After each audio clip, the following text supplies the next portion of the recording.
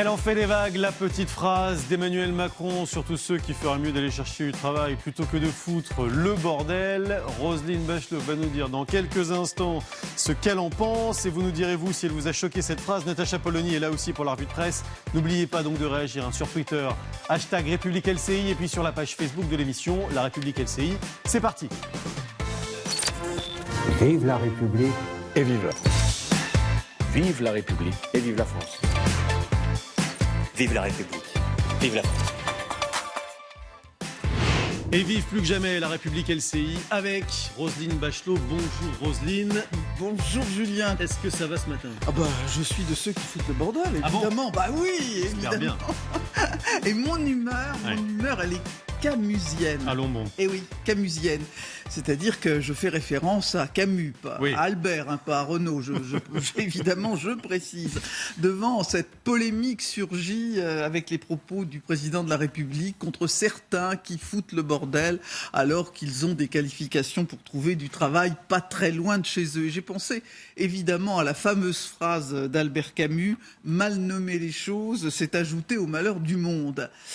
Très belle phrase. Le problème, c'est qu'en général, on ne cite pas la deuxième partie de la citation qui dit « Ne pas nommer les choses, c'est nier notre identité ». Et pourtant, il y a des vérités qu'il faut dire. C'est vrai, par exemple, que l'illettrisme mine les chances de beaucoup de Français, de millions de Français, de retrouver du travail. Mais si vous le dites, vous insultez la classe ouvrière. C'est vrai que l'éducation nationale est un mammouth sclérosé.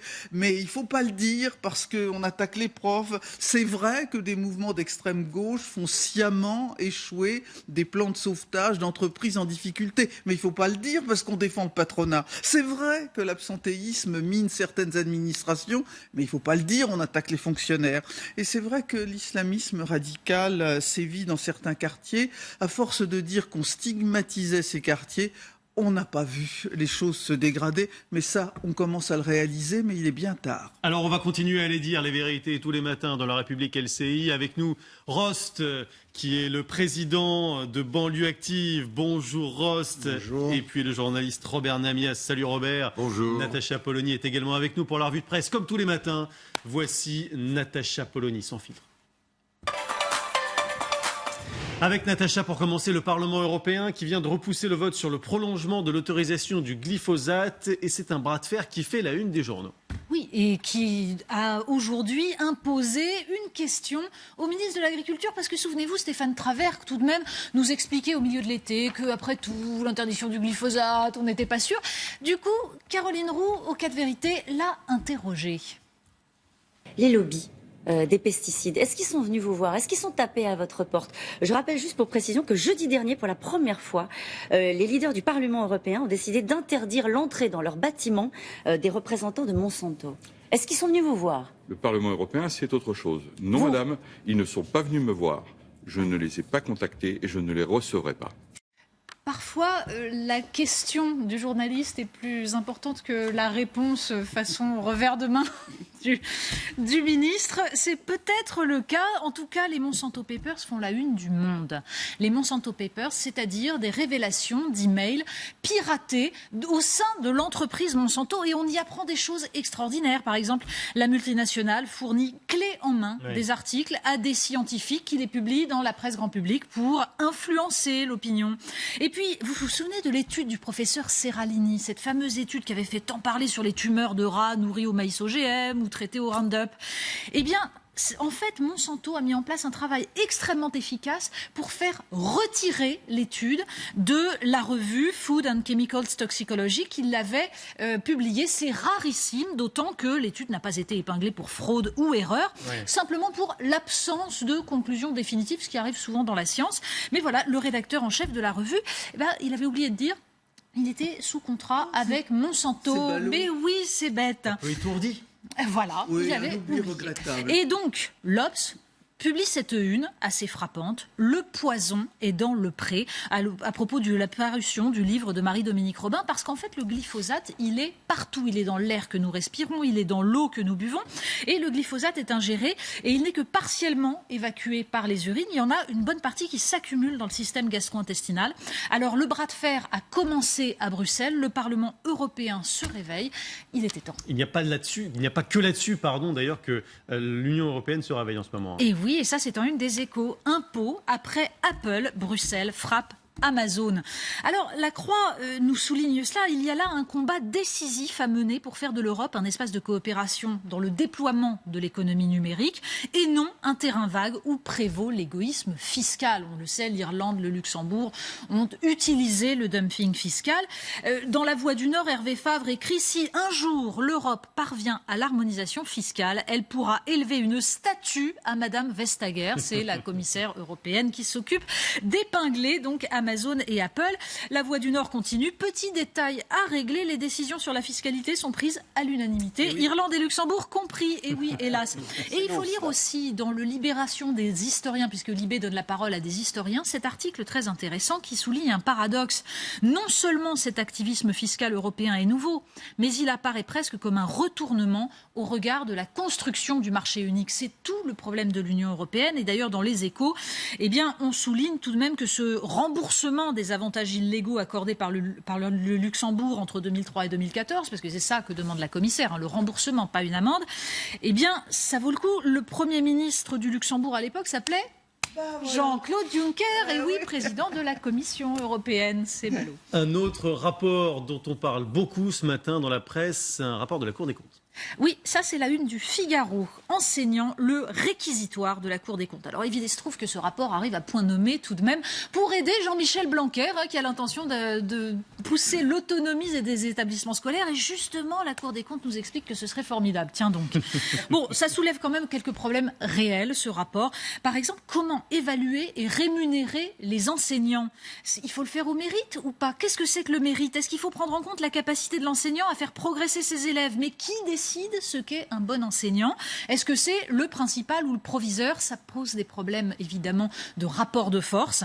Et puis le rapport pose aussi la question du niveau des enseignants et de la sélectivité des concours. Le concours de professeurs des écoles à Créteil, c'est 1,3 candidats pour un poste. Est-ce qu'on sélectionne dans ces conditions? Très concurrentiel, ça. Celui qui évalue les professeurs aujourd'hui, c'est l'inspecteur et qui va voir les professeurs en moyenne une fois tous les 5 ans. Exactement. Et qui en général leur dicte des méthodes plutôt que d'évaluer le niveau de leurs élèves. Absolument. Allez, s'il y avait un article à ne pas rater ce matin, Natacha, ce serait lequel? Il est glaçant et il est dans Le Monde. Au Mozambique, des rubis couleur sang. Figurez-vous qu'un gisement a été découvert en 2009. Alors par hasard, c'est un coupeur de bois qui a trouvé des rubis extrêmement anciens qui datent de la période précambrienne.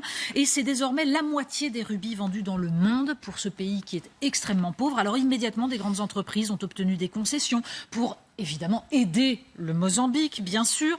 Des mineurs illégaux se sont précipités pour essayer de grappiller un petit peu de cette manne et ils se retrouvent en proie à des répressions immenses de la part notamment des milices payées par les grandes entreprises. Alors Gemfields, par exemple, multinationale britannique, tient à son image, dénonce toute violation des droits de l'homme, finance des écoles, mais les habitants autour vivent un véritable enfer, comme souvent en Afrique. Merci beaucoup, Natacha Polony. On va revenir à l'un des événements dont vous nous avez parlé il y a quelques instants. C'est cette fameuse petite phrase d'Emmanuel Macron sur tous ceux qui foutent le bordel. Il y en a certains, au lieu de foutre le bordel, il ferait mieux d'aller regarder... Oui, mais ils ne peuvent pas avoir des postes là-bas, parce qu'il y en a qui ont les qualifications pour le faire. Hein. Oui, mais je sais bien. Et c'est pas loin de chez eux. Non, mais on parlait avec le préfet.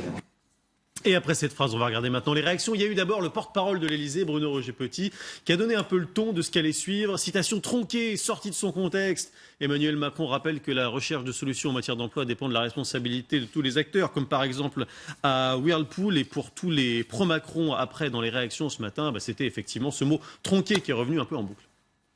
La conversation a déjà été détournée. Sur la phrase que vous citez, ce n'est pas tout à fait celle-là qui a été dite. Le président de la République a utilisé, dans une conversation privée avec le président de la région Aquitaine, un mot qui provoque le débat. Il y a une petite polémique qui est née là-dessus, mais bon, en France, on aime bien faire naître malheureusement des polémiques un peu faciles. Vous savez, le président de la République, il assume toujours ce qu'il dit, mais seulement ce qu'il dit. Moi, j'assume qu'un président de la République puisse nommer les choses et utiliser les mots que nous utilisons tous au quotidien. Et inversement, bien sûr, tous les anti-Macron, ils tapent sur le mépris avec une alliance étrange, vous allez le voir, entre les Républicains et la France Insoumise. Je pense qu'il a dit ce qu'il pensait.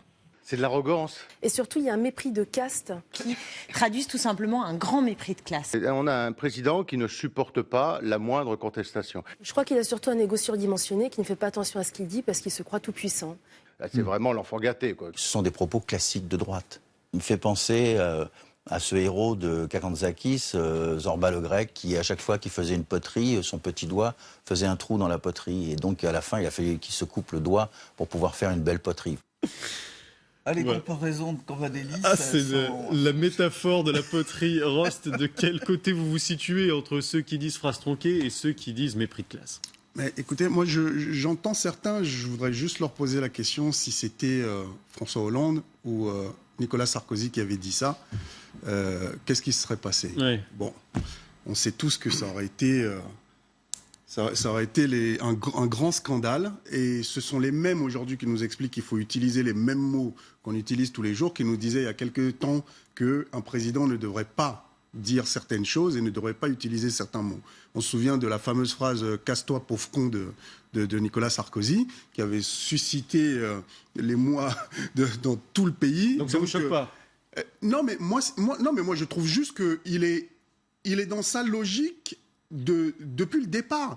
Quand il parle des illettrés, je vous ai trouvé très réac d'ailleurs dans votre introduction tout à l'heure, Roselyne. Mais je pense qu'il y a un moment où alors soit on dit que le président de la République est comme n'importe quel citoyen, et dans ce cas-là, il se permet de parler de cette manière-là, ou alors on estime que la fonction présidentielle est au-dessus, et dans ce cas-là, il faut aussi adapter son langage à ça. Donc, on ne peut pas faire du deux poids, deux mesures en disant qu'il y en a qui dégradent la fonction publique en utilisant un certain langage, et que là, ça serait justifié parce que c'est Emmanuel Macron. Non, mais il y a plusieurs niveaux de lecture. Il y a peut-être l'utilisation du terme et le fond de ce qu'il dit. Mais quel que soit le bordel, on ne va pas en faire un fromage. On va quand même dans une conversation qui n'est pas officielle. Comment auriez-vous réagi si ça avait été François Hollande qui avait dit la même phrase? Je me suis jamais. Moi, je vois bien tous les phrases. François Hollande, je m'intéressais plutôt au fond. Il aurait, en tout cas, moi, je sais que ça aurait suscité une polémique pas possible. Une réaction sur Twitter d'un téléspectateur qui revient sur cette expression du bordel. C'est le sein même de l'anonymat, disait Pierre Drieux-La Rochelle. Là, c'est raté, nous rappelle Gourdon. Il y avait aussi l'épisode descendant, Robert Namias, chez François Hollande. Et puis alors, surtout, moi, ce qui m'étonne, c'est que personne, je ne l'ai pas lu en tous les cas, n'ait fait référence au fondateur du gaullisme, qui est le général de Gaulle lui-même, qui avait quand même sorti de nulle part cette phrase qui d'abord avait un langage militaire quasi permanent, en privé, pas seulement en privé d'ailleurs, et qui surtout avait sorti ce mot sorti de nulle part à l'époque, qui était la chienlit. Bon, alors évidemment, ça faisait référence à quelque chose qui était un autre bordel que le mini-bordel d'hier avec quelques dizaines de manifestants. C'était vraiment le bordel, surtout que c'était à la fin du mois de mai 68. Il reste que, moi je crois qu'il ne faut pas se tromper, il y a effectivement la forme et le fond.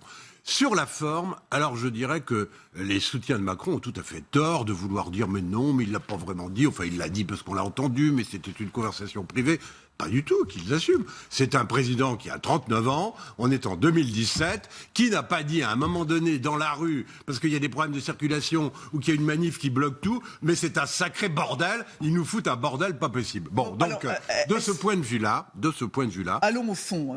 Non mais d'accord. Mais la forme est importante, parce que il est effectivement président de la République, on lui reproche plutôt l'inverse. On lui reproche d'avoir un langage en même temps, un peu en poulet, avec des phrases très compliquées, que tout le monde ne comprend pas forcément lui-même d'ailleurs, et tout d'un coup voilà qu'il parle comme tout le monde, et on lui dit alors là c'est pas possible, un président de la République ne peut pas parler comme ça. Donc moi je trouve qu'au contraire, il a raison, il s'affirme, c'est un président de 39 ans, il parle comme tout le monde. Moi je dis aussi assez souvent, quel bordel, c'est le bordel. Natacha. Voilà. Mais alors, après, je parlerai du fond, mais je veux bien laisser Natacha réagir là-dessus. Mais je pense que les deux sont liés. Je pense que le fond et la forme sont liés, pardon. Mais il y a, de ce point de vue-là, une révélation de ce qu'est réellement Emmanuel Macron dans sa façon de mener son rapport aux autres. C'est-à-dire qu'il est censé être justement le président de l'en même temps, c'est-à-dire celui qui a une pensée dialectique, une pensée complexe. Il nous a vendu ça, plus la bienveillance. Or là, en termes de pensée dialectique, on pourrait évidemment se dire qu'il y a à la fois la mise en avant d'une responsabilité individuelle dans la question du chômage, qui est une question gravissime, mais où on peut estimer qu'il faut, à un moment donné, pousser les individus à bouger, mais qu'il faut préserver la protection.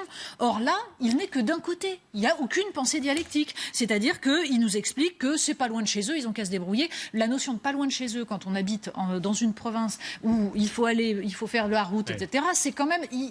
Il ferait mieux de ne pas parler comme ça. Et deuxièmement... La bienveillance, mais on est dans la brutalité permanente. Or, le rôle d'un président, c'est de rassembler, c'est d'éviter de creuser les fractures. Qu'il pense cela, il a le droit. Simplement, il faut essayer de l'exprimer d'une façon qui apaise les conflits. Une réaction sur Twitter par rapport à ça. Macron qui se veut proche du peuple, avec des expressions triviales, mais qui ne manifeste ainsi que son mépris, nous dit Sylvie. Sur le fond, est-ce que cela correspond à sa pensée ? Mépris, oui, voilà. Il faut, pour répondre à cette question, peut-être remonter un petit peu en arrière et réécouter certaines des expressions déjà employées qui avaient déjà créé la polémique. Il y a dans cette société une majorité de femmes. Il y en a qui sont, pour beaucoup, illettrés. Vous êtes en train de faire peur à votre cœur. La meilleure façon de payer un costard, c'est de travailler. Une gare, c'est un lieu où on croise les gens qui réussissent et les gens qui ne sont rien. Je serai d'une détermination absolue. Et je ne céderai rien.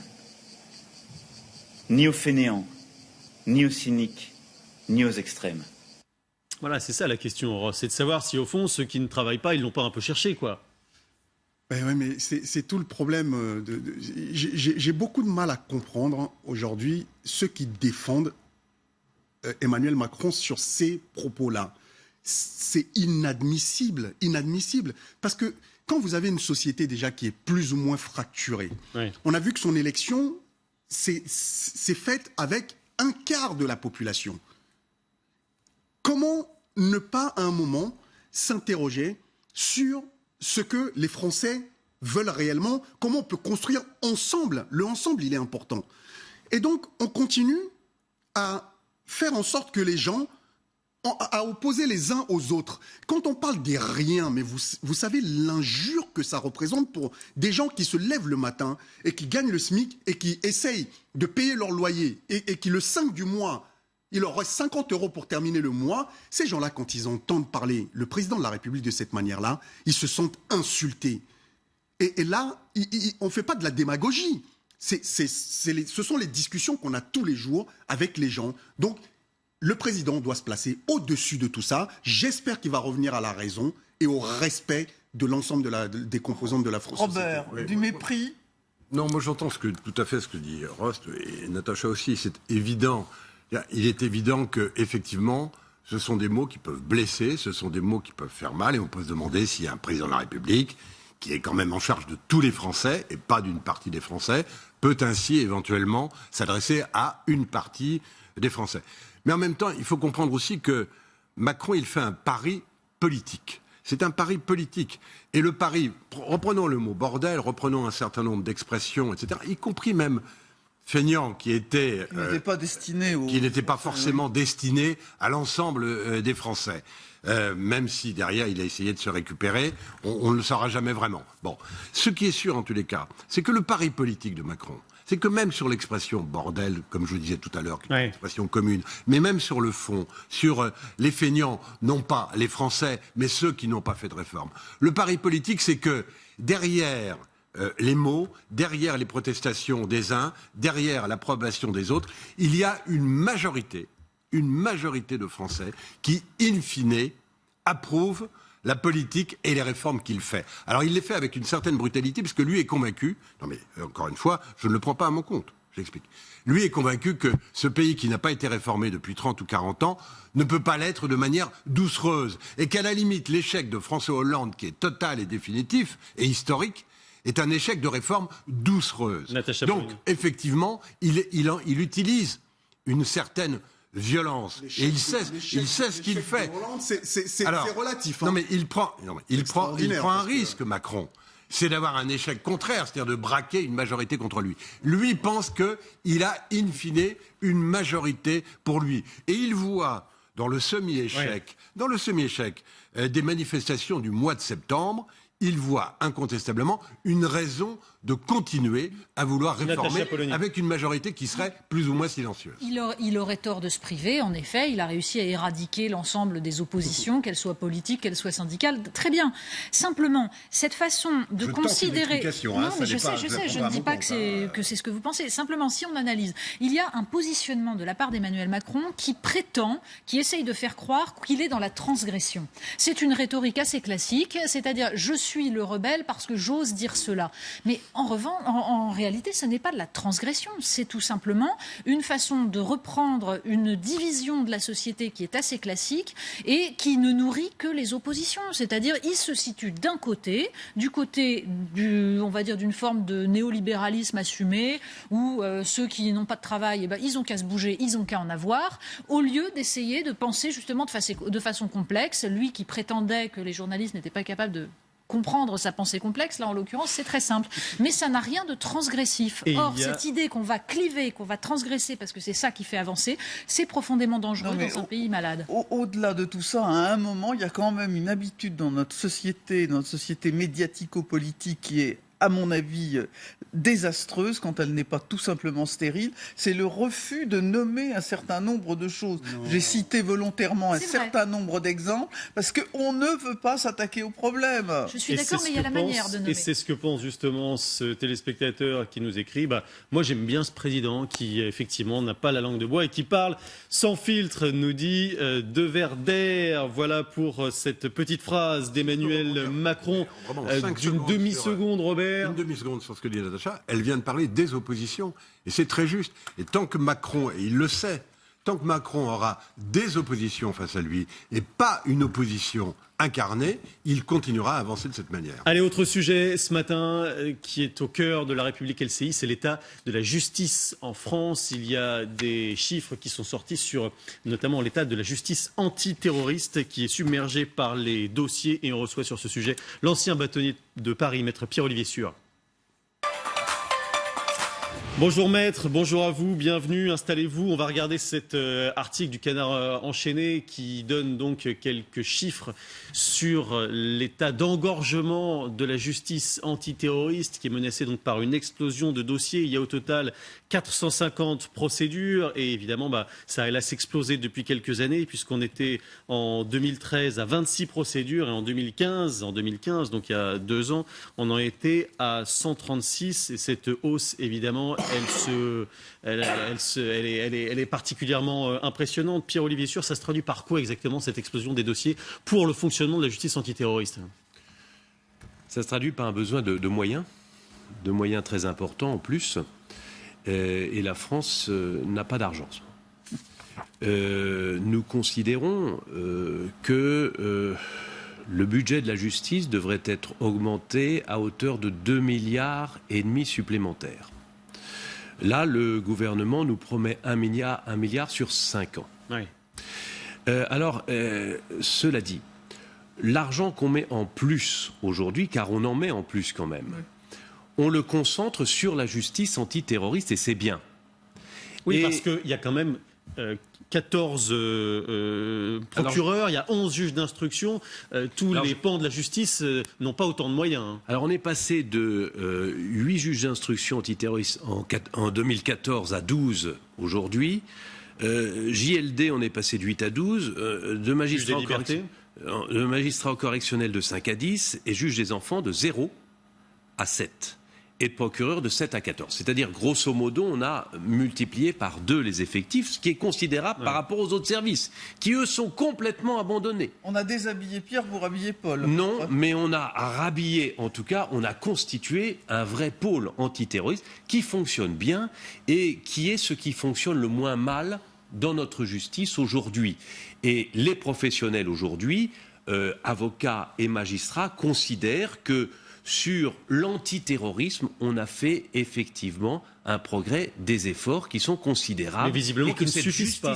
Oui, parce qu'il y a 450 affaires qui oui, sont alors pendantes. on a vu l'article du Canard hier, mais vous savez, on peut toujours être mécontent de tout. Oui. Mais moi, je vous dis que c'est ce qui fonctionne le mieux et que les pays étrangers nous envient notre pôle antiterroriste sous le contrôle d'un extraordinaire procureur, François Molins, que chacun connaît, et la réaction de la société par la justice fonctionne bien sur les affaires antiterroristes. Et je dois dire qu'il faut aussi savoir le dire et s'en féliciter dans une situation qui est effectivement très difficile. Il y a eu un sous-financement de la justice pendant des années, tout le monde le constate. Simplement, est-ce qu'il n'y a pas aussi un engorgement de certains secteurs de la justice sous le coup d'affaires qui peut-être pourraient être traitées autrement? Je pense notamment aux infractions routières, à tout ce genre de petites choses qui permettraient de dégager du temps des magistrats, des moyens pour ce qui nous semblerait une priorité.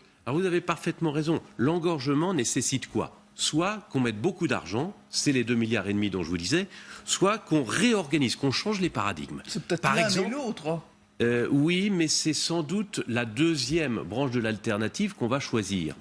Par exemple, alléger la cour d'appel. Faire qu'on concentre la justice sur la première instance. Mon juge, comme on dit mon juge, c'est le juge de première instance. Et après, c'est des recours qui sont plus ou moins dilatoires et de toute façon très chers. Et l'un des projets du gouvernement aujourd'hui, c'est de concentrer les moyens sur la première instance et d'alléger peut-être la cour d'appel qui, à terme, ne serait qu'un référé pour l'erreur manifeste de droit ou de fait. Mais la vraie décision de justice, c'est mon juge, et mon juge, c'est le juge de première instance, dans une carte judiciaire à redéfinir. En tout cas, soit on met beaucoup d'argent sur la justice, soit on réorganise la justice. Et nous proposons qu'on la réorganise. Et en tout cas, pour le terrorisme, il faut arrêter de dire n'importe quoi et se féliciter du fait qu'on a fait ce qu'on a pu et que c'est vrai que les moyens qui ont été mis sur la justice récemment, ils ont été au bénéfice de cette justice antiterroriste. On est au téléphone avec quelqu'un qui connaît par cœur ce sujet, puisqu'il est lui-même ancien juge antiterroriste. C'est Gilbert Thiel. Bonjour, monsieur le juge. Est-ce que vous êtes d'accord avec ce que dit l'ancien bâtonnier, c'est-à-dire que les moyens sur la justice antiterroriste, ils sont aujourd'hui en gros suffisants? Là-dessus, l'effort a été fait. Je ne sais pas s'ils sont suffisants. J'ai envie de prendre une comparaison. Vous savez, la justice, c'est comme un entonnoir. Vous avez le réceptacle et puis la tige. On est sous la contrainte des événements, bien évidemment obligés d'étendre le volume du réceptacle. Alors dans ce réceptacle-là, et puisqu'on parle d'antiterrorisme, il y a les services de renseignement et ensuite il y a les services de police judiciaire, c'est-à-dire la police de la justice. Et la tige, celle qui évacue, c'est la justice elle-même. Or, le diamètre de cette tige n'a jamais véritablement augmenté, même s'il y a eu quelques efforts pour tenir compte de la situation dans le domaine judiciaire en général et dans le domaine de l'antiterrorisme. Mais enfin, ça fait quand même, c'est Robert Badinter qui disait que la justice, depuis la Seconde Guerre mondiale, est dans un déficit structurel de moyens. On a les obligations déontologiques de chaque magistrat. Je vous les rappelle, il faut traiter toutes les affaires sans en négliger aucune. Et depuis des années et des années, on est obligé de faire un tri sélectif, en quelque sorte, entre les différentes procédures. On a augmenté le nombre de magistrats antiterroristes, que ce soit à l'instruction ou au parquet. Je rappelle que quand je suis arrivé dans cette structure-là en 1995, en pleine campagne d'attentats, mes prédécesseurs étaient 3 et nous sommes passés à 4 et nous sommes restés à 4 jusqu'à l'automne 2003. Ils sont 11 maintenant, mais quand on voit l'explosion de ces contentieux, on sait très bien que on n'y arrive pas, parce qu'il ne faut pas regarder uniquement en termes de magistrats instructeurs et en termes de parquetiers. Vous avez bien sûr les audiences qui sont tenues en matière criminelle devant une cour d'assises spécialement composée, qui est très chronophage. Est-ce qu'il y a suffisamment, monsieur le juge, de cours d'assises spéciales? C'est l'un des points que relève le Canard enchaîné. Visiblement, on manque de juges pour ces cours d'assises spéciales. Mais on manque de tout. On manque de magistrats, on manque de salles d'audience. Vous savez, ce sont des procès au long cours. On arrive à en tenir 4 à 5 chaque année. On voit très bien que ce n'est plus suffisant. Alors, le propos que je vous tiens n'est pas un propos larmoyant en disant la question des moyens, mais on est quand même obligé de constater le caractère un peu schizophrène du discours politique en la matière, qui font de beaux rapports, celui de la commission d'enquête parlementaire de 2000 sur les prisons, une humiliation de la République, et puis qui d'un autre côté stigmatise en permanence un laxisme présumé des juges. Alors je ne sais pas si Mme Bachelot a un vaccin contre ce type d'affection, mais il y a quand même quelque chose qui ne peut plus fonctionner en l'état. Merci beaucoup. Vous pourrez rajouter 5 juges d'instruction et 5 parquetiers encore. Si vous n'arrivez pas à tenir, faute de moyens, les audiences, si vous n'arrivez pas à faire traiter ces affaires-là dans les délais, vous serez obligé de choisir les affaires que vous traitez par rapport à celles que vous ne traitez pas. Merci Gilbertine. Et la ministre de la Justice, en tout cas, va recevoir les syndicats de magistrats cet après-midi. Pierre-Olivier Sûr. Oui, je voudrais ajouter sur un autre sujet quelque chose d'important, c'est les prisons. C'est-à-dire qu'aujourd'hui, on a concentré l'argent et les moyens pour augmenter les effectifs des juges et des procureurs, et ça, on l'a fait, on l'a bien fait. Et très objectivement, il faut s'en féliciter. Même si, bien sûr, on pourrait toujours... En revanche, on n'a rien fait pour les prisons. Et le vrai problème, c'est qu'est-ce qu'on fait des terroristes en prison ? Et on ne sait pas. On ne sait pas. Faut-il les mettre dans des unités dédiées ? On a dit oui, puis on a dit non. Faut-il leur donner du travail en prison ? On pense que oui, mais on ne le fait pas parce que c'est dangereux. Faut-il les suivre en prison ? Évidemment oui, mais il n'y a personne pour le faire. Alors, j'ai une collaboratrice qui me dit que dans une commission d'office, elle a un client terroriste, présumé, mais il suit des cours de magie. Des cours de magie, voilà. C'est-à-dire qu'on ne sait pas les traiter et on ne fait pas beaucoup d'efforts pour ça et on ne met pas suffisamment de moyens sur les prisons concernant les terroristes, mais concernant la question carcérale d'une façon plus générale aussi. C'est là-dessus qu'il faut faire un effort. Rost. Alors, sur ce dernier point, j'approuve à 100%. Alors, sur les prisons, justement, le problème de la justice et des services autour qui pensent qu'ils savent mieux que tout le monde, et que nous, on a travaillé on a commencé à faire à un moment de la déradicalisation dans les prisons avec l'association Dialogue Citoyen, qui avait remporté l'appel d'offres qui avait été fait par le gouvernement à l'époque pour travailler sur cette question en prison. Lorsqu'on arrive en prison et qu'on rencontre avec des gens, entre guillemets, de la société civile, à qui certains de ces prisonniers, il y avait des retours de Syrie et tout ça qui était là. Certains s'identifient à certaines personnes, entre guillemets, parce qu'ils estiment qu'ils comprennent mieux ce qu'ils ont vécu et ce qui les a parfois emmenés à partir en Syrie. Et lorsque vous arrivez à établir la confiance avec ces gens-là, ce qui vous permet, parce qu'une fois que vous avez leur confiance, vous pouvez faire le travail de fond. Là, on a des résultats. Et oui. Sauf que ces gens-là estiment qu'il ne faut avoir aucun rapport de confiance et que ça doit juste être... Vous venez, c'est juste factuel, vous dites ce que vous avez à dire, vous les écoutez, ils disent ce qu'ils ont à dire alors qu'ils ne parlent jamais ouvertement devant les services. Donc, ce programme a été arrêté. Aujourd'hui, que font-ils ? Rien. Donc, ces gens vont sortir, et moi, je peux vous dire, dans certaines prisons, on a des retours de Syrie, le jour où ils sortent, ils recommencent. On est mort. Robert Namias.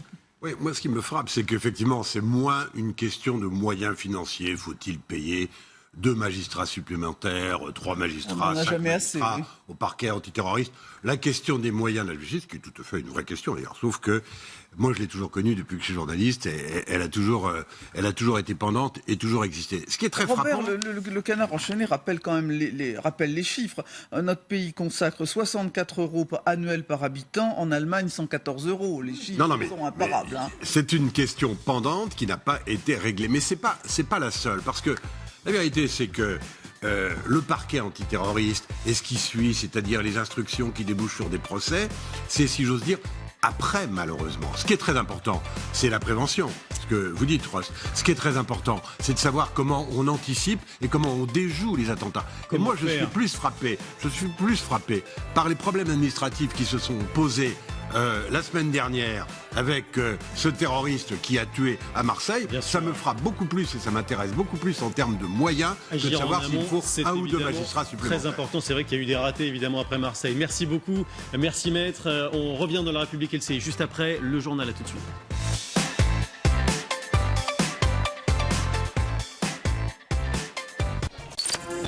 Vive la République et vive la France. Vive la République et vive la France. Vive la République.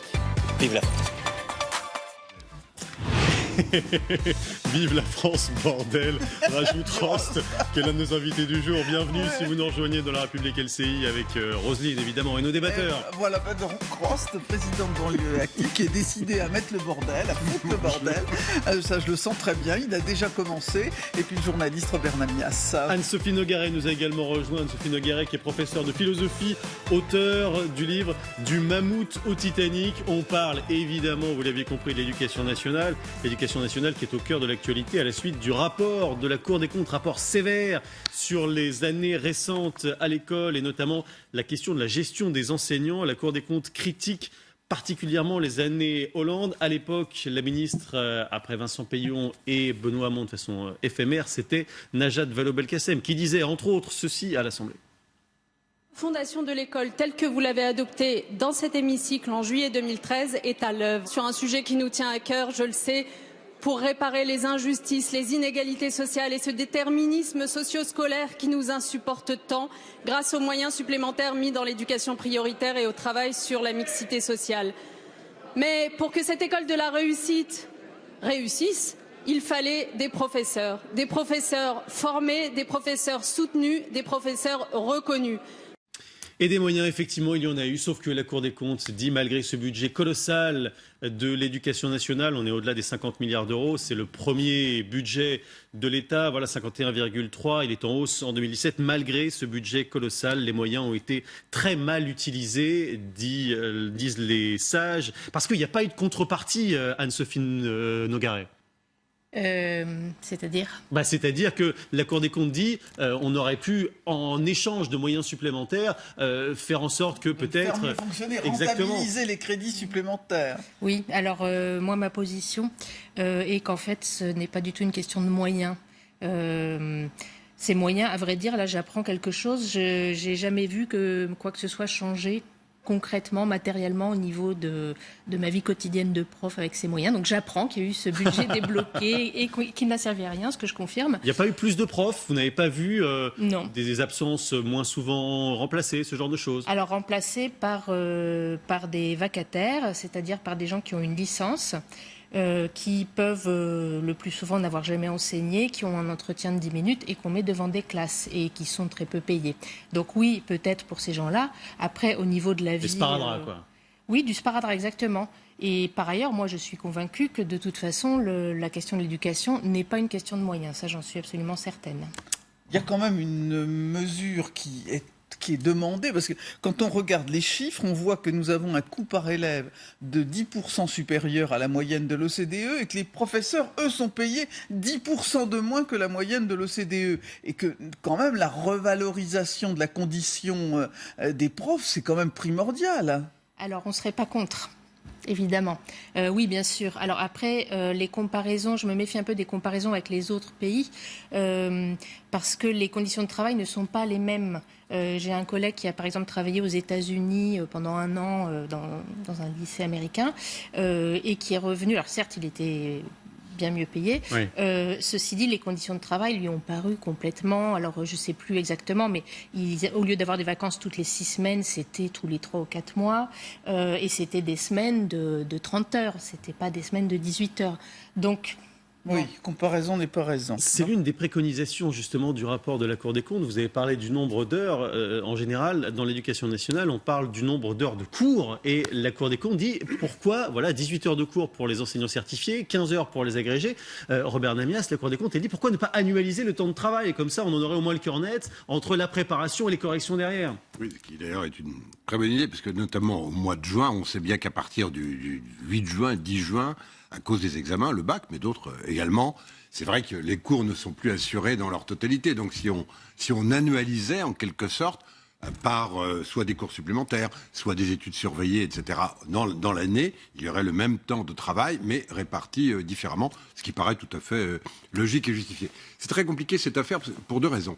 La première, c'est que sur le plan politique, pardon, on parlait de Macron. Vous êtes comme Theresa May, là. Voilà, on parlait de Macron tout à l'heure, qui tentait de faire des réformes et qui était provoquant volontairement. Là, c'est vrai que dégraisser le mammouth, c'est très compliqué. Depuis Allègre, personne n'y est vraiment arrivé. C'est compliqué parce que, globalement, les enseignants, vous êtes enseignant, madame, moi je suis très, très admiratif des enseignants. C'est quand même très compliqué, très difficile. Mais en même temps, c'est vrai que c'est un lieu de conservatisme, de protection de ce qui est acquis, qui est absolument incroyable. Et notamment, moi, il y a quelque chose qui me frappe, si vous voulez. Quand on est enseignant, quand on aime enseigner, je comprends très bien que ce soit plus confortable, au bout de X années, 10 ans, 15 ans, 20 ans, d'enseigner dans un lycée agréable, plutôt de cœur de ville, je ne dis pas intramuros à Paris, mais de cœur de ville, etc., et de ne pas enseigner dans une ZEP.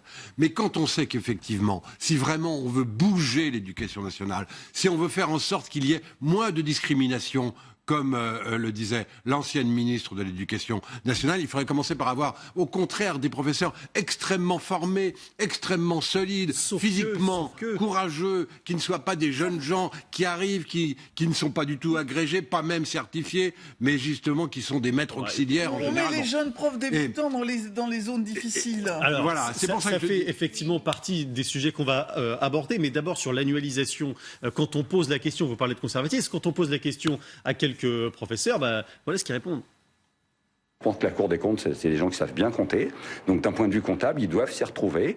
On comprend bien aussi que le point de vue comptable, très souvent, ça fait en sorte que ça diminue la qualité des services publics. Nous, on sait que pour tant d'heures de cours, il y a une charge de travail à peu près équivalente chez soi, voire plus importante.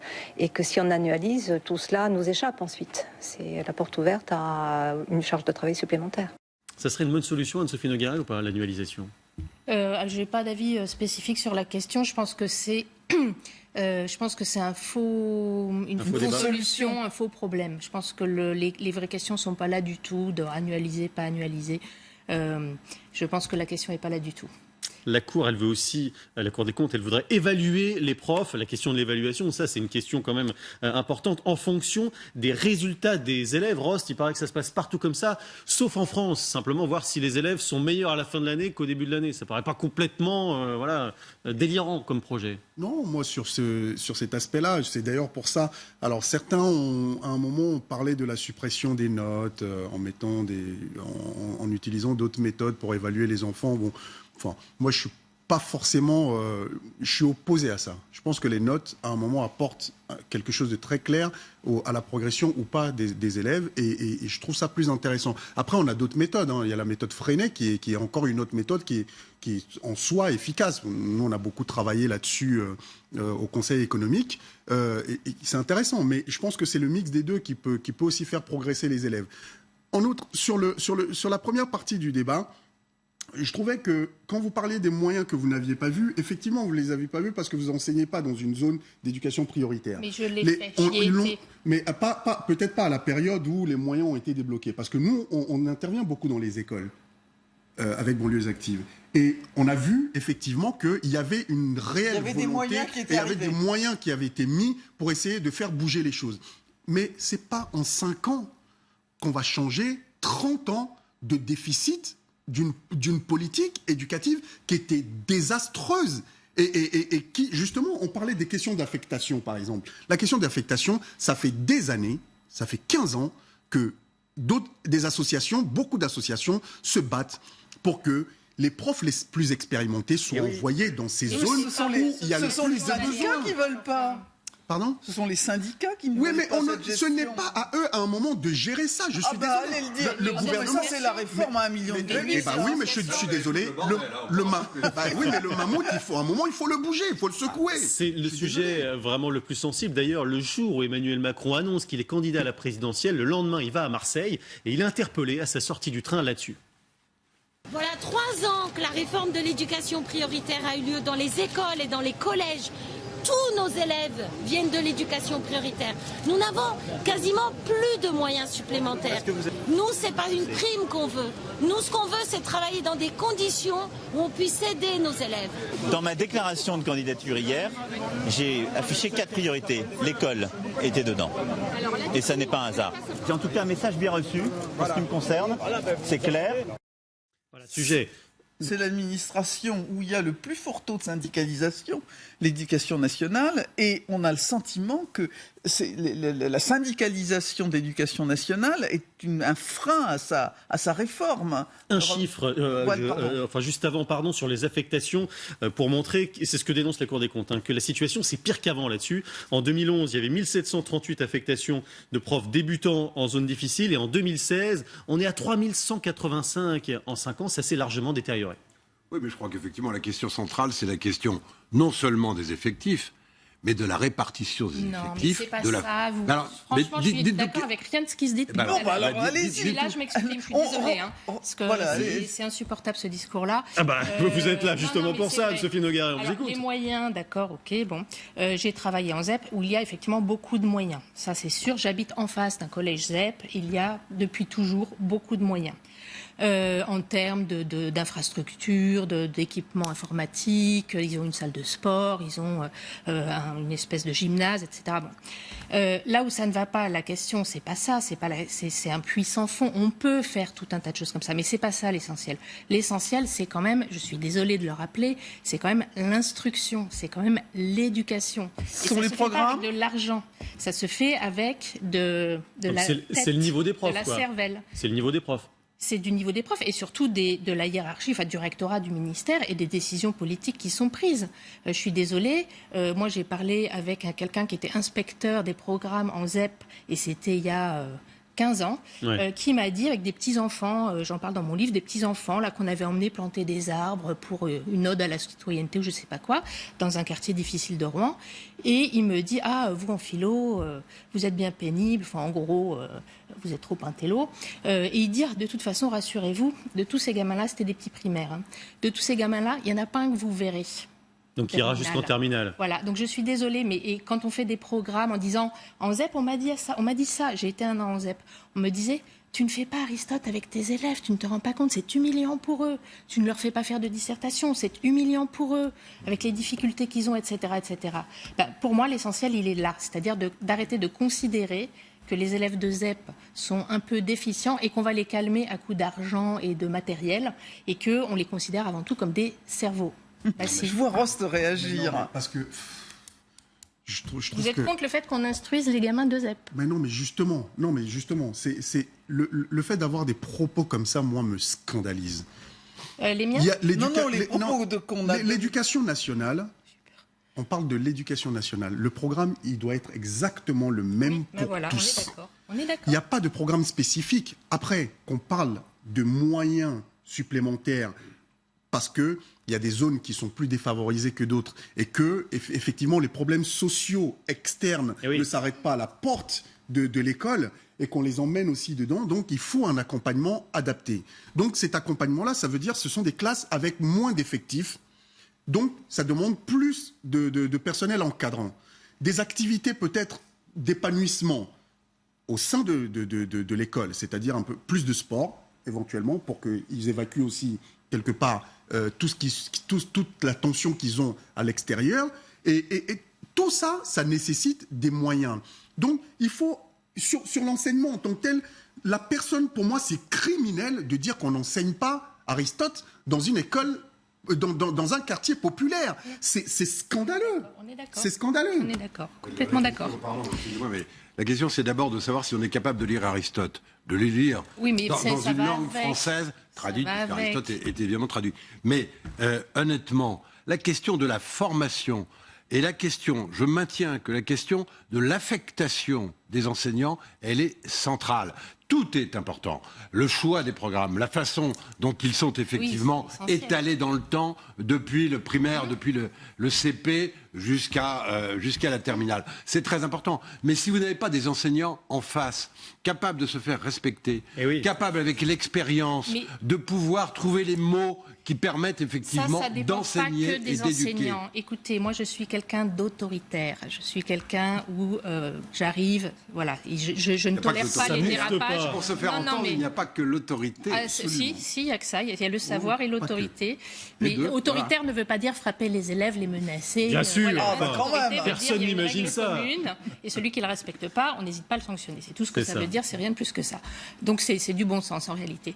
Le problème, c'est que les consignes qui sont données maintenant, et pareil, j'y ai été confrontée, c'est de dire on ne sanctionne plus jamais les élèves, il n'y a que du dialogue. Je me suis fait traiter de salope, on a dit, l'élève a dit qu'il allait me casser la gueule, etc. On a refusé de sanctionner l'élève, on lui a juste aménagé un petit truc où il n'allait pas à mon cours, il allait chez une collègue, parce que comme ça c'était bien pour lui, il n'était pas privé de son cours. Tant qu'on a des directives, et c'est ce qu'on m'a dit au rectorat, on m'a dit, vous n'aviez pas le droit de demander un conseil de discipline. Pour qui vous prenez, Mme Nogueira, à faire ça ?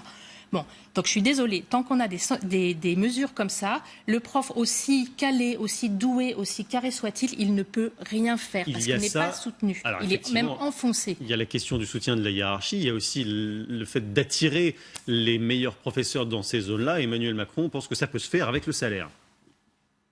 Je crois à l'égalité des chances et c'est cela la promesse que l'école doit tenir.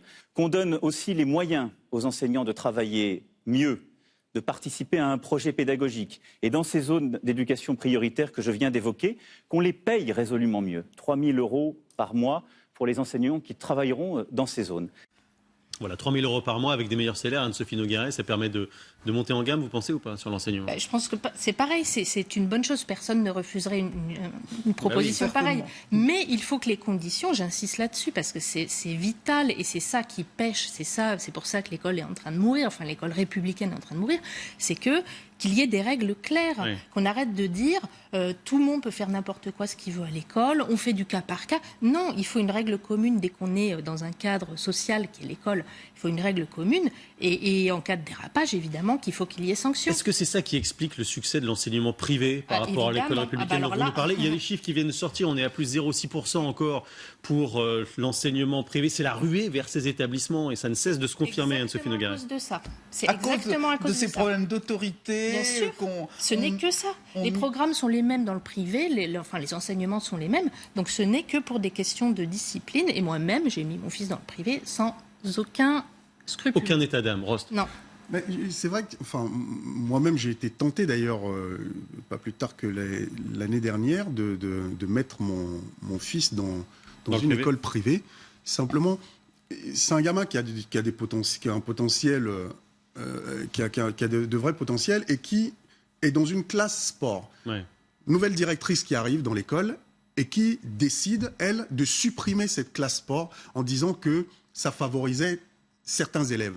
Je veux dire, ils ont été choisis par rapport aussi à leur potentiel, à leurs aptitudes. Donc, je ne comprends pas pourquoi quelque chose qui permet à des gamins d'être bien et de poursuivre, d'ailleurs, parce que ça leur plaît, et du coup, au niveau des résultats dans les autres matières, les résultats sont excellents et augmentent et progressent d'ailleurs. Je ne comprends pas que c'est ce qui fonctionne, on vienne et par idéologie stupide, on détruise ce qui fonctionne.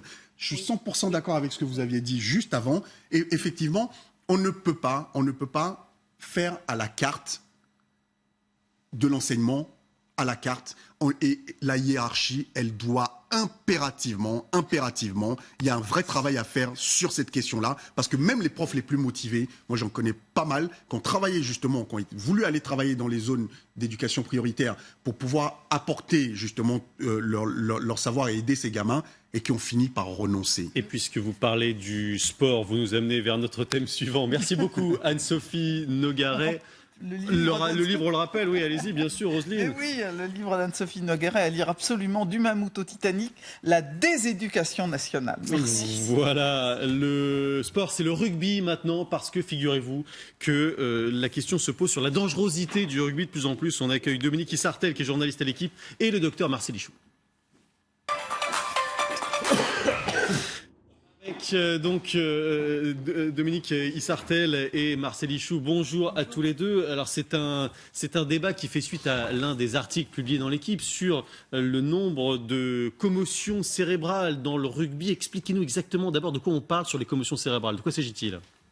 Une commotion, c'est un choc qui fait basculer violemment la tête et qui fait taper le cerveau sur la boîte crânienne. Donc c'est pas forcément un choc à la tête. Et il n'y a pas forcément de perte de connaissance, mais ça nécessite de faire sortir le joueur pour le protéger, pour pas que le joueur soit exposé à un risque de second impact qui pourrait être vraiment très dangereux, voire fatal dans certains cas, surtout chez les jeunes. Fatal, ah oui. Oui, chez les jeunes joueurs de moins de 20 ans, le risque... quand ils sont exposés au second impact, est beaucoup plus élevé que chez des joueurs avec des adultes. Risques de handicap extrêmement importants. Tout à fait, des risques de handicap neurologique et des risques de mort. Il y a eu des joueurs de rugby, de collégiens, lycéens qui sont morts à cause de ça. Alors, Dominique Issartel, bon... Marcel Ichou. J'avais compris. Je vais y arriver. Marcel Ichou, il se passe quelque chose de nouveau. Enfin, il y a des phénomènes qui s'amplifient, ou est-ce que simplement on les détecte mieux ? Les deux, mon capitaine, si vous permettez. Les phénomènes s'amplifient parce qu'on les détecte mieux, il y a plus de surveillance, mais surtout les performances sont accrues de manière terrible, mais dans tous les sports. On n'a plus les mêmes personnes qui jouent physiquement. Ils ont pris 10 à 15 kilos.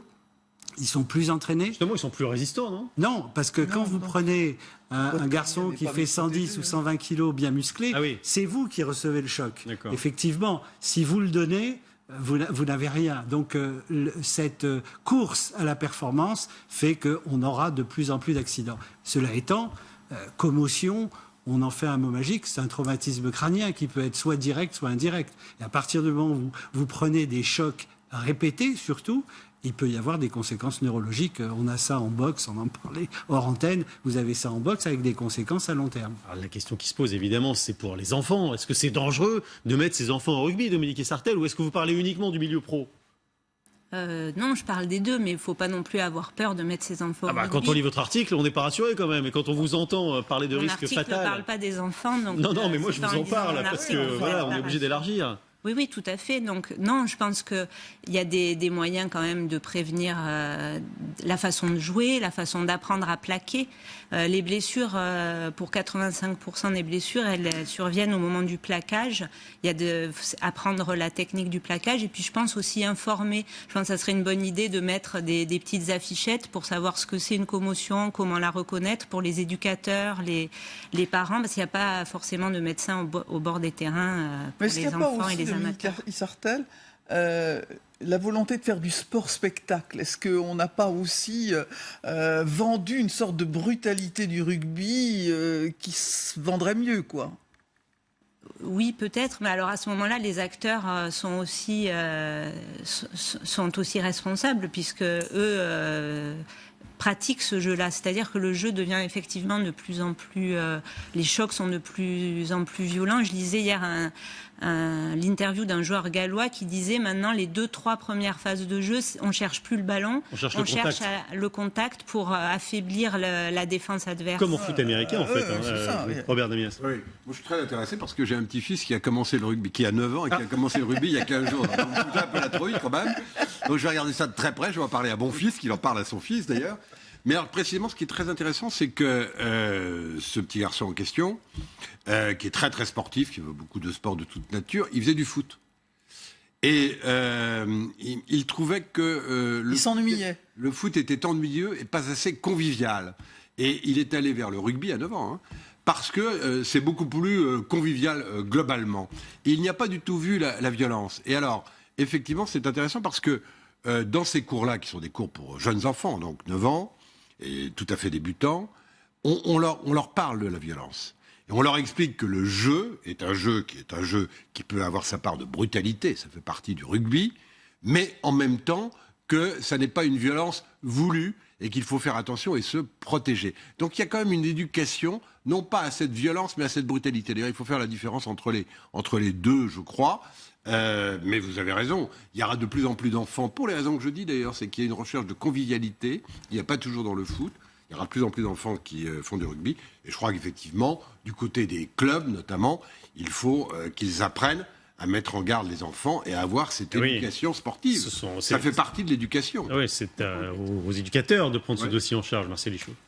Oui, mais aussi de la manière dont on communique. Parce qu'à partir du moment où vous avez un article sur les commotions cérébrales, risque de mort, comme vous dites, et de lésions fatales, tout le monde a la trouille. À ce moment-là, on vous dit, je comprends, monsieur Namias, il dit, moi, j'ai pas tellement envie que mon petit-fils aille prendre des coups. Dans la communication santé, ça, je pense que Roselyne Bachelot... Dans des limites raisonnables, en tous les cas, qui sont celles du sport. Qui sont celles du sport, voilà. On est bien d'accord. Mais on tire toujours un événement et on entache comme ça la globalité de ce sport.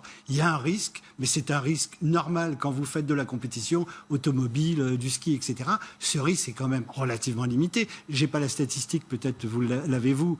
Il semble bien qu'il y ait eu quand même presque un doublement des... Il y a un doublement des commotions en 5 ans chez les joueurs professionnels, chez les joueurs professionnels. Et puis je voulais dire aussi, vous parliez du football, il y a des commotions dans le football aussi. En fait, un enfant peut être exposé à un traumatisme carien dans la cour de récré. À la pétanque. À la pétanque, et encore.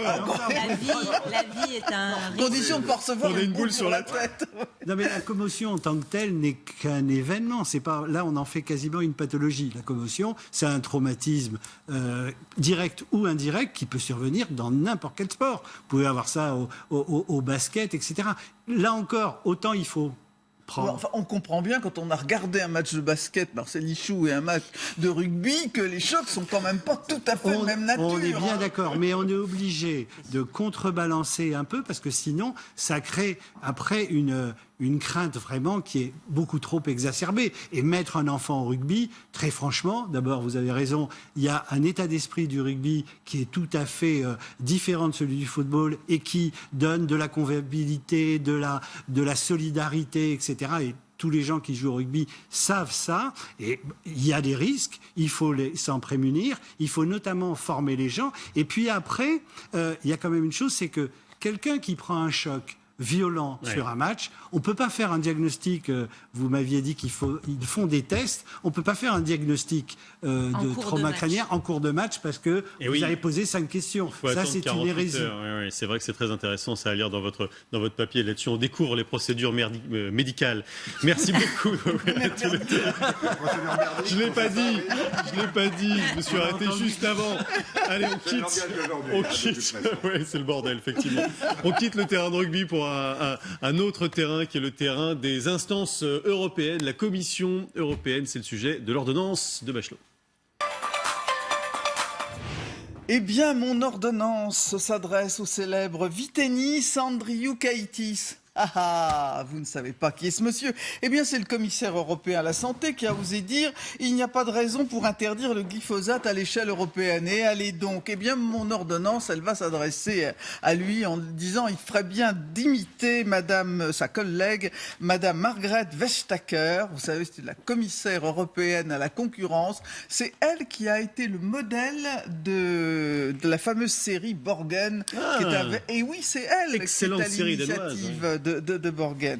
Alors, après avoir attaqué Gazprom, le géant russe, pour pratiquer des mesures anticoncurrentielles, elle a pris dans le viseur ce qu'on appelle les GAFA, Google, Amazon, Facebook et Apple, qui profitent des distorsions dans les législations fiscales pour se nicher dans ces fameuses niches, et ça coûte très très cher. On estime que, par exemple, pour la France, il y a Julien, 15 milliards de manque à gagner pour le fisc français.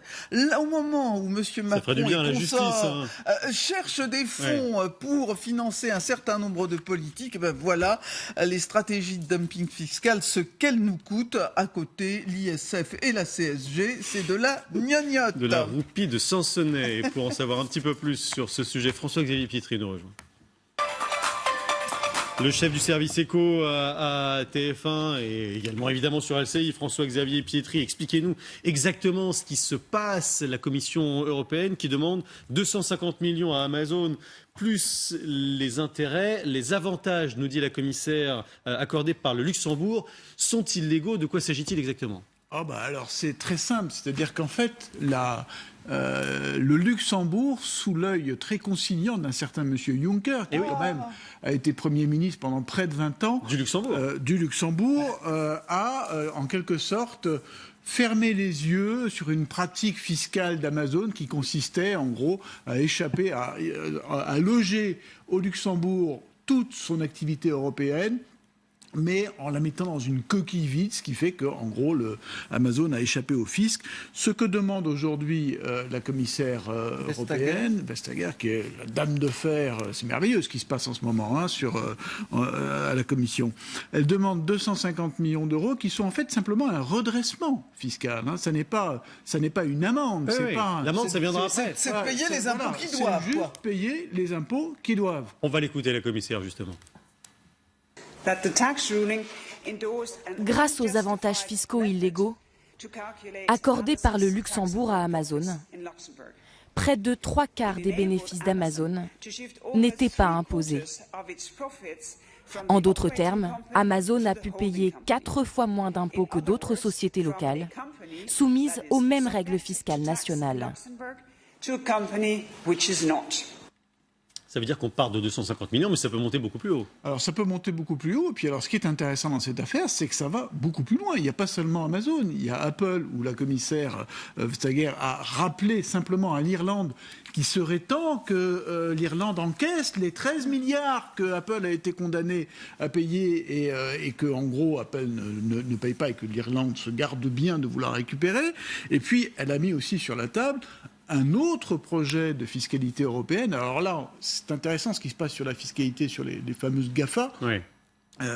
On a un sens qui est qu'on veut faire payer à toutes ces entreprises maintenant ce qu'elles doivent payer, c'est-à-dire relative à l'activité qu'elles ont dans ces pays, mais on s'oriente vers une cacophonie européenne dans ce domaine, c'est-à-dire que les pistes qui sont suivies, il y a celle défendue par la commissaire européenne, c'est un changement de la TVA, il y a celle défendue par les ministres, et voilà, et là ça va dans des directions complètement différentes. Tout ça ne peut se faire qu'avec la complicité des États. Il n'y a pas seulement les mauvaises manières de ces grandes entreprises, il y a le fait qu'on essaie de les attirer en leur donnant des sucettes fiscales. Le Luxembourg, Malte, Chypre, enfin, il y en a beaucoup. Je veux dire, ça fait partie du sport fiscal européen. Cette décision, elle a été soutenue directement par Emmanuel Macron, qui a tweeté ses félicitations à la commissaire européenne à la concurrence. Bravo à l'Europe, qui agit avec détermination pour faire respecter les règles et la justice fiscale. Sauf que Robert Namias, François-Xavier Pietri nous l'a rappelé, c'est 13 milliards, ça fait des années que ça dure, et puis on n'a pas encore vu le moindre copec, quoi. Voilà. L'Europe joue gros là-dessus. Oui,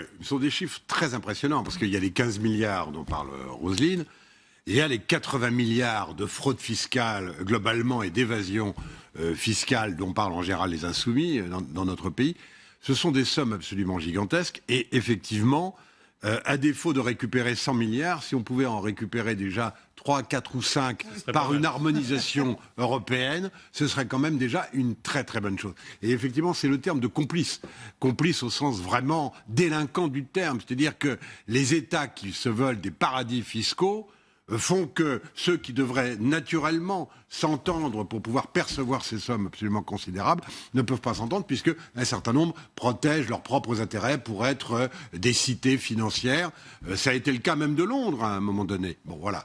Il reste que on peut espérer qu'on avance un peu et ce qui est fait en ce moment vis-à-vis des GAFA peut protéger un peu mieux. Juste qu'il ne faut pas se tromper de cible. Aujourd'hui, on parle beaucoup des GAFA, mais en réalité, le problème, c'est qu'elles sont toutes américaines, ces GAFA. Ouais. Vous avez remarqué. Les 4. Voilà. Google, donc, Apple, Facebook, Amazon. Donc, il ne faut pas non plus tomber dans un, si je puis dire, match européano-américain, parce que là, on va prendre des coups et on va perdre. Sens. On va perdre. Hein, voilà. Je pense que les Américains, d'ailleurs, le vivent de cette manière-là, parce que mais on se souvient de l'amende record qu'ils avaient affligée à BNP en rétorsion à ce qui s'était passé juste avant avec Apple. Donc, il faut qu'on soit... Mais de toute façon, tant qu'il n'y aura pas cette harmonisation de la fiscalité en Europe... plus d'Europe. Mais dans tous les domaines, d'ailleurs, hein, que ce soit pour les travailleurs indépendants, les travailleurs détachés, tout ça, c'est impératif. Récupérer la fraude fiscale comme le veulent les insoumis, c'est une plaisanterie en dehors du norme. Merci beaucoup à tous pour être venus ce matin dans la République LCI. Merci. Et on se retrouve demain. Avec grand plaisir, évidemment, 10h midi.